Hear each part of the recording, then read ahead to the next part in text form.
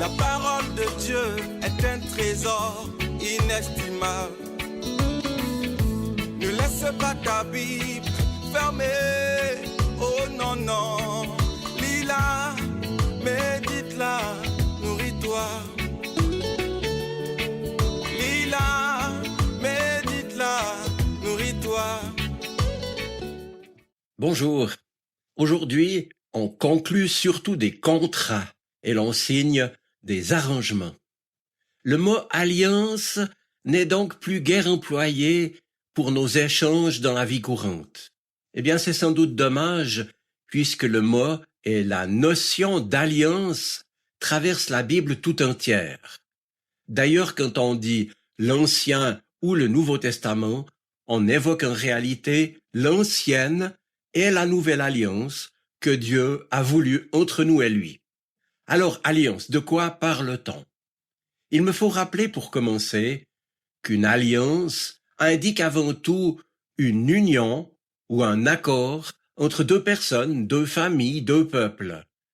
C'est une promesse de fidélité, un traité pour les générations à venir. L'alliance de Dieu avec les hommes a ainsi été souvent symbolisée par un arc-en-ciel. Et dans la vie du couple, vous le savez, elle est habituellement matérialisée par un anneau de métal précieux, une alliance donc que les mariés s'échangent pour exprimer leur engagement réciproque.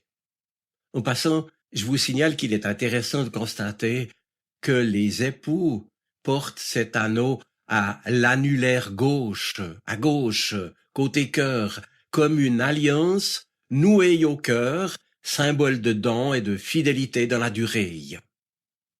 Eh bien, dans l'Ancien Testament, on découvre que Dieu utilise cette symbolique forte de l'alliance pour parler de l'amour qu'il porte à son peuple. Ce pacte entre lui et Adam est renouvelé avec Noé et sa famille. Et ainsi, en Genèse 9, Dieu déclare « Voici que moi, j'établis mon alliance avec vous, avec votre descendance après vous. Je mets mon arc-en-ciel au milieu des nuages pour qu'il soit le signe de l'alliance entre moi et la terre. » Plus tard, cette alliance se renouvellera avec Abraham et ses descendants, puis avec le peuple hébreu tout entier, par l'intermédiaire de Moïse sur le mont Sinaï, où il reçoit ce qu'on a appelé le décalogue, ou plutôt les 10 principes de vie tels que Dieu la désire pour nous, ses enfants, créés à son image, c'est-à-dire libres et responsables. Je vous renvoie ici au livre de l'Exode, et en particulier à Exode chapitre 24. Cela dit, l'alliance et ses multiples reprises au fil des siècles est toujours créatrice. Elle met en évidence le fait que l'homme et la femme, l'être humain, est partie prenante dans cet engagement mutuel qui a certes son origine en Dieu, mais qui doit nécessairement se conjuguer avec notre propre liberté et notre propre participation active. L'alliance évoque donc cet échange de part et d'autre entre le Créateur et sa créature. C'est à chaque fois, je le répète, lui le premier qui prend l'initiative du dialogue.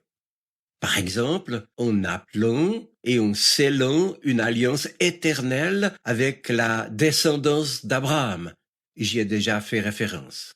Ainsi, le Dieu d'Abraham, d'Isaac et de Jacob, le Seigneur, communique son alliance en choisissant ensuite les prophètes, le peuple d'Israël, Jérusalem et son temple, etc. Il se complaît, pourrais-je dire, chez ses enfants, chez les fidèles qui vivent sa parole et qui vivent de ses promesses, à l'image du serviteur souffrant d'Ésaïe 53 qui se charge des fautes des nations pour leur apporter la paix. Cette figure messianique, bien entendu, annonce alors la nouvelle alliance qui sera scellée dans le sang du Christ.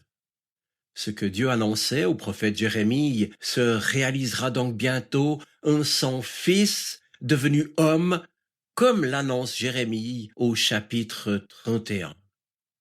Or, il faut savoir que pour un juif de l'ancienne alliance, la loi, la Torah en hébreu, notre Pentateuque donc, n'est pas un code civil, mais d'abord une réponse vécue, mise en pratique à l'alliance que Dieu a conclue avec son peuple.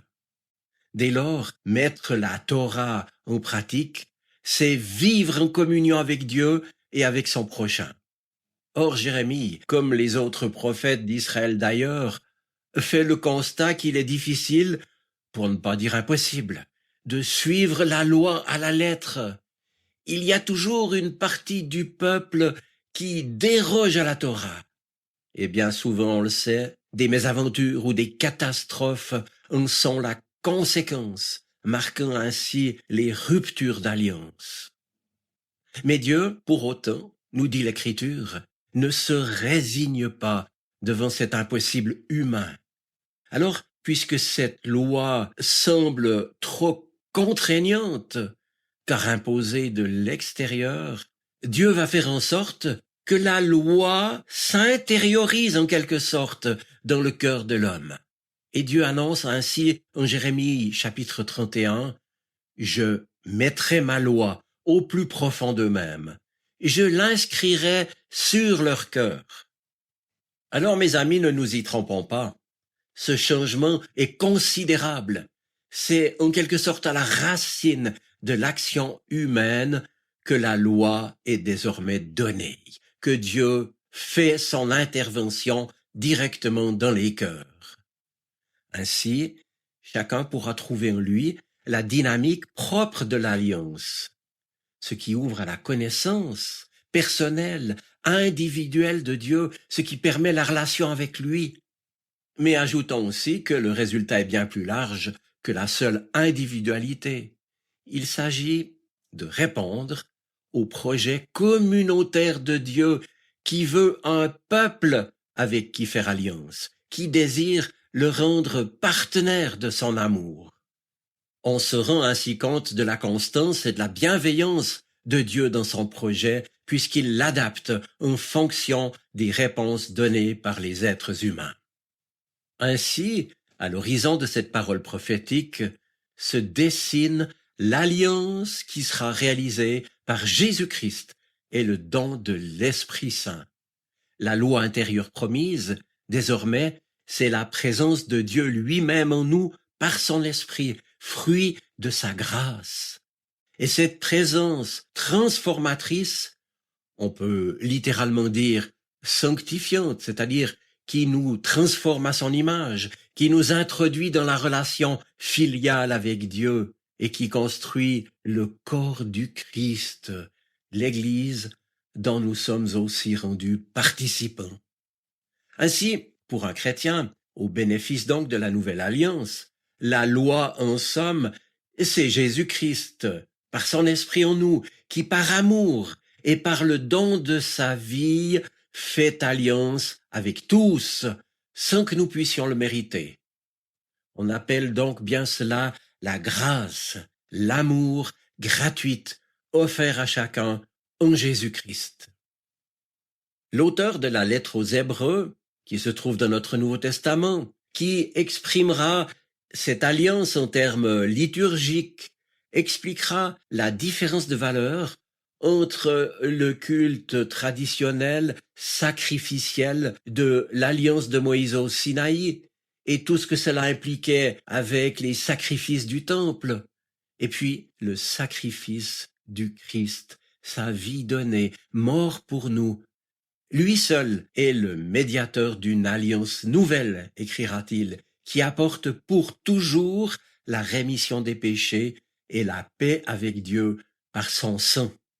Ainsi, dit-il en Hébreux 9, que c'est par lui le Christ que s'est réalisée l'alliance éternelle annoncée par les prophètes, puisque, je cite l'auteur des Hébreux, le Christ s'est offert lui-même à Dieu comme une victime sans défaut. C'est pourquoi le Christ est l'intermédiaire pour une alliance nouvelle, un testament nouveau. Il est mort pour libérer les êtres humains des fautes commises quand ils étaient soumis à la première alliance. Alors, ceux que Dieu a appelés peuvent recevoir les biens qu'il a promis et qui durent toujours. Voilà, mes amis, le privilège d'Israël est donc bien désormais partagé par tous et l'alliance nouvelle proposée à chacun. C'est cela, l'Évangile, la bonne nouvelle du salut offert par Dieu en Jésus-Christ. L'important alors, pour chacun de nous, c'est d'accepter, de nous y engager pleinement. Je vous souhaite une bonne semaine. Soyez bénis. Amen. La parole de Dieu est un trésor inestimable. Ne laisse pas ta Bible fermée. Oh non, non. Lis-la, médite-la, nourris-toi. Lis-la, médite-la, nourris-toi.